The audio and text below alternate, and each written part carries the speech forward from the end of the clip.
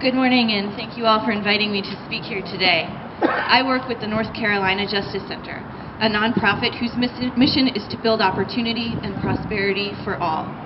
As we move forward to plan our next 2 decades of energy policy, it is crucially important that we consider the needs of North Carolina's low-income working families. Each year, about 250,000 North Carolina homes are cut off from their utility services. This is a devastating outcome in the best of times.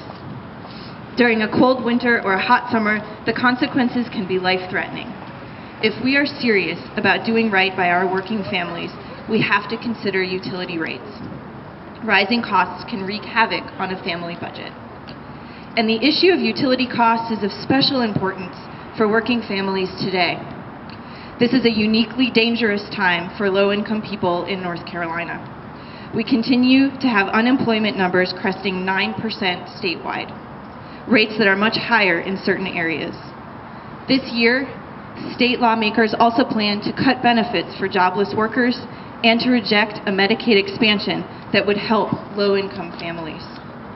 Even in a good economy, hundreds of thousands of people face disconnection of their utilities due to poverty. In a tough economy, where 1.7 million North Carolinians live in poverty, the problem is both more widespread and has greater impact. Imagine the city of Raleigh going dark. Imagine that suddenly 415,000 people in our state's capital were without heat and light. The same thing is happening in our communities every year, where a population greater than the city of Raleigh is forced to go without these basic necessities.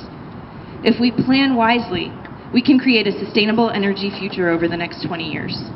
I believe that with judicious planning, we can pave the way to a North Carolina where Raleigh never has to go dark.